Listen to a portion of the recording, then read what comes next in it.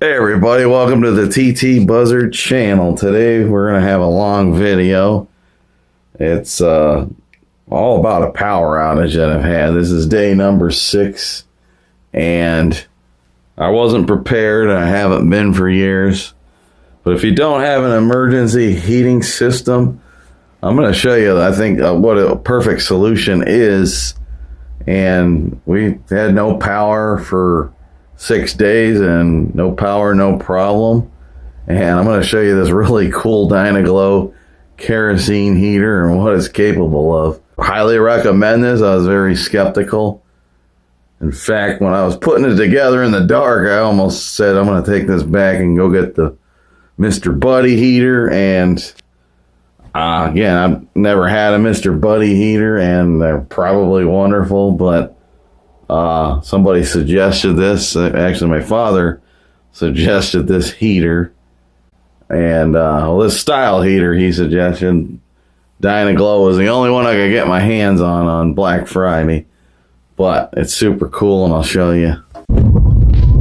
I could have stayed at work tonight and stayed where it was warm and didn't have to drive on these unsafe roads. And normal drive in and to home, normal drive to and back from work is, like around 50 minutes. And like I said, I could have made this simple, but I couldn't do it. I refused to spend the night at work. I didn't sign up for that, and couldn't do it. Won't do it. I said I'd rather be in a ditch, truthfully, than have to stay at work all night. I've done it before at other jobs, and it's not fun. But anyways, I got to get back home. Hopefully we can do that. There's just people just don't even know where the road's at. It's amazing how bad the visibility is, and this is kind of what they call the snow belt around here. But I went home last night. We had a really bad windstorm, and I went home to a power outage. And here we are 24 hours later, and I don't know when it officially started. I still don't have power. But yeah, this is my Thanksgiving, and it's one for the memories here, but not in a good way. Seems like we get hammered with snow on Thanksgiving, and then Christmas comes, we rarely see any snow. Checked in with neighbor Julie a few hours ago, and she said it wasn't bad. And then I checked the weather out on the way out the door, and I froze for a second, and I knew darn well I was going to get in the truck and get out of there. But I saw a little opportunity to get through a certain area where it's usually a little worse than home. So this is the tree that's on my power line, and the conductor now needs replaced according to the illuminating company. So anyways, I'm back home. It's gonna be a long night. Thought was I could start a fire and hang out at the pit and stay warm that way, but it's kind of silly because one side's going to be cold, one side's going to be warm. I don't need to be wearing my immune system down anymore, but this is going to be dumping snow on me tonight. It took me about an hour, 15 minutes to get home.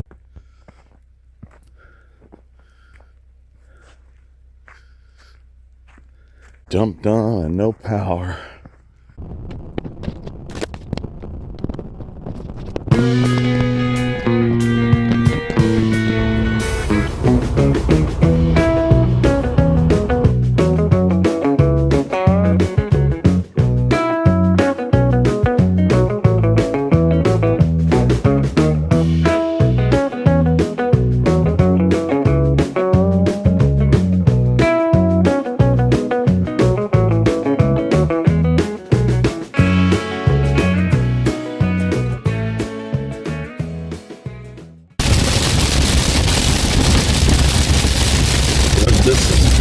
feels like frozen rain or hail even coming down here. It's just crazy. But the house was 48 degrees. When I got home, it was 46 when I woke up.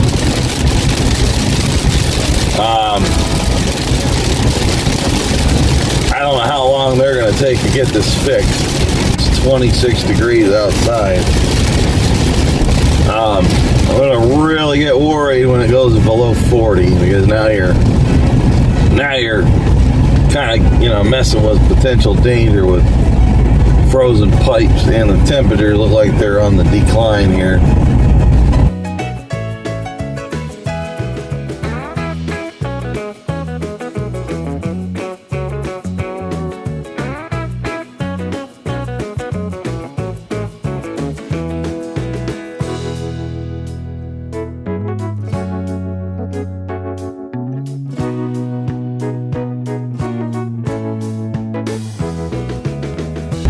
So they were reporting, I think, up to 18 inches of snow in some areas. I don't know who got what. But last night when I left my job, there was 2 inches of snow. And I get a couple miles east of there, and it was a different story.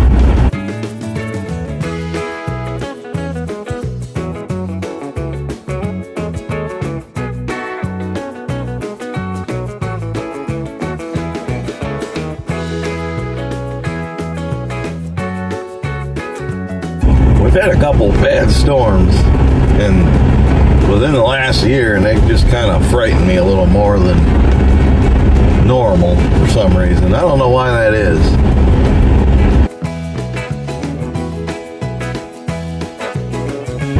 2 weeks ago when we got the storm, I had to go to the dollar store and get a brush, because I don't know what happens sometimes between the last snow and the first snow. For whatever reason, things go missing. I'm just gonna stay on the main road and hope that they plowed it, because that hill, you go down the valley, down a pretty good sized hill here, and that's always the worst, trying to get up a hill in bad weather. And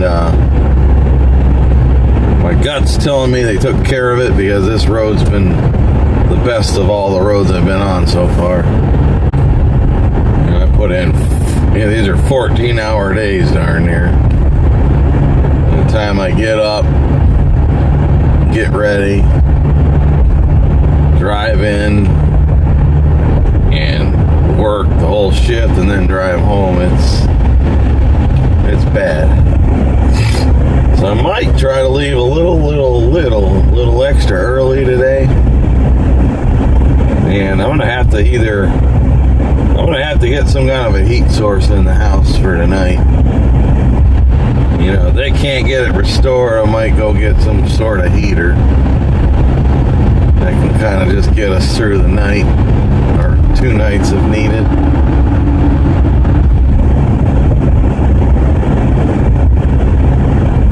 On the bright side of things, it's safe to go up this hill. And this hill it takes forever to get up, typically. Try getting up on this in icy conditions. It's scary. You think you're gonna go backwards down the hill, and you're barely inching up it. By the way, I hear something about a polar vortex on the way in the 3rd week of December. That is crazy, because typically we don't get those cold snaps till maybe after mid-January into early to mid-February, I'd say. But we're gonna get it early this year. Back home and no power still.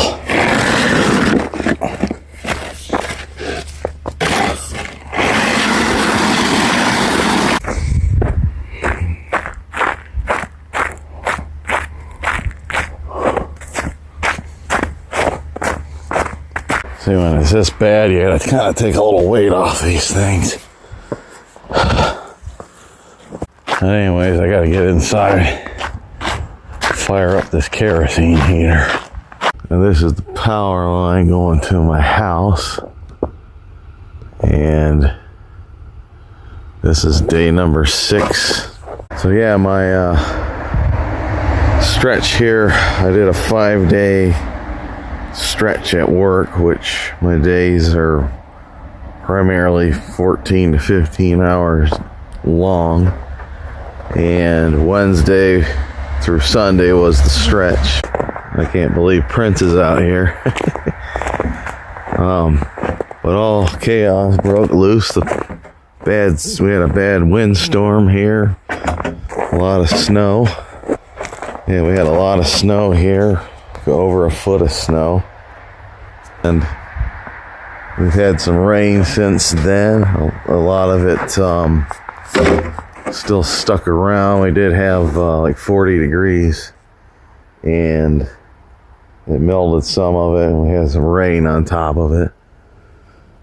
This is day 6 without power now, and looks like they're around the corner. I'm hoping they get this resolved quick. Now, the funny thing is the tree that is on the power line is my neighbor's. Now, I just cut down one tree for one neighbor over on the property line, then one over that way for another neighbor, and I spent a few grand over the last few years in cutting trees down so they don't, fall on my neighbor's property or disrupt them. And you see where that got me. Their dead tree winds up on my power line and just messed up my whole week here. And no hot water, electricity, banking on it a lot, not just for light, it's heat, and it's, the shower, the washing machine. So had to get real creative because my days are super long, and I already don't have time as it is doing 15-hour days. So anyways, I had to invest in a heater. That was my number one thing I did here, and I'll show you what I got. So this is what I bought. It was a Dynaglow kerosene heater. I guess cook on this gets to be about 600. It's off now, but I'm getting about, it says 8 hours roughly, and it's been spot on. Pretty simple to use. This is what I have here with the kerosene. It's this clean heat, and I got it at Walmart, so I just bought everything together. You never know with these power outages. I wasn't ready. I'm usually not ready for anything around here, but at any rate, the temperature when I got home was 48 in here, and it probably wasn't more than 65 when I left for work. So when I woke up, it was 46, and when I came home, it was 43, I want to say. And yeah, so I went out, got the heater, and first night in, we ran it on high, really to get everything caught up, because we haven't had heat in here in a while. And we ran it on high the whole night, and it got it to 70 degrees. Night number 2, had it on high for 4 hours, went to low, and it was 75 when I woke up, but it was also 50 when I got in here, and it was a little warmer outside. Last night, just a little colder than the night before, but it was 73 at daylight, when daylight broke loose, which was, I want to say, around 6 something here. 6:30, we'll say, give or take. But anyways, it was 73 degrees in here, and it bailed me out. So I calculated it out. It's about per night, which you want to figure 8 hours. I want to try running it on low, And maybe I'll run it in the basement, you know, as heat rises. Maybe play around, see what it does. But $15 a night for 8 hours is kind of roughly what it's going to cost. The third year in a row with a power outage of at least 4 days long. So moving forward, I get a generator. I don't know what the answers are here. I really don't. I'm trying to think of some cost-efficient way.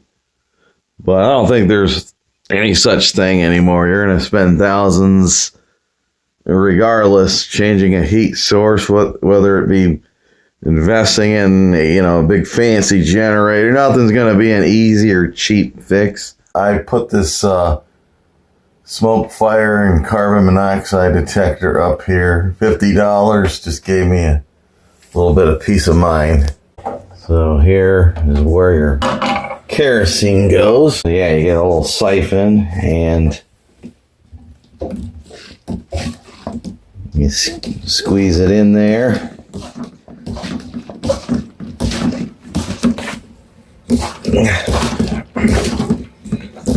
There's your gauge. Alright, so this is crucial. Lift up slowly and squeeze all that kerosene out of your lines. There. Next, open that. Raise this all the way. Hit the igniter switch.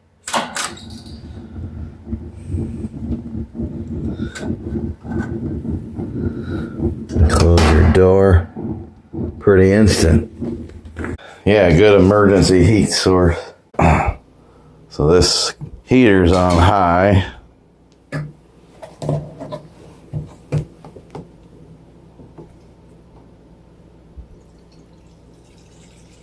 a little water in there. So I'm gonna pour this in there. And this will have to be my lunch today.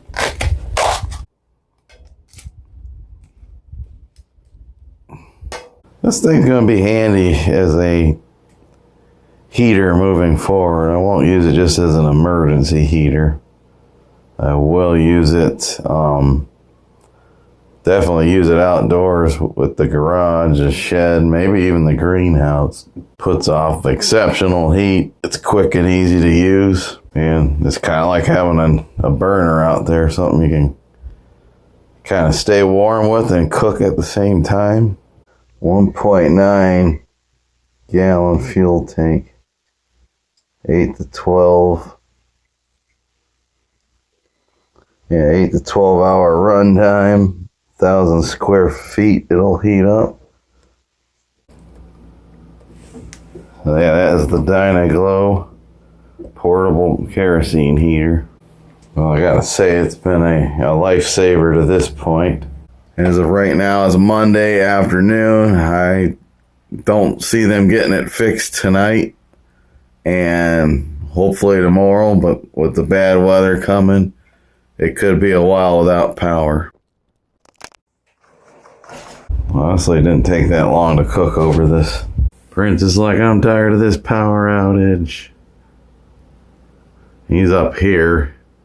All the heat, you know, as heat rises, he's really intelligent. That's why he's up here. He feels the heat, the warmth, kind of hanging out up higher. And yeah, he was cold for a couple days. Yeah, I got my soup cooked here in about a little less than 10 minutes. That's about 600 degrees coming off of there. So I'm gonna enjoy some soup real quick. So anyways, I got cleaned up, the power's back on, life is good once again. So anyways, thanks for watching, take care, and I'll see you on the next video.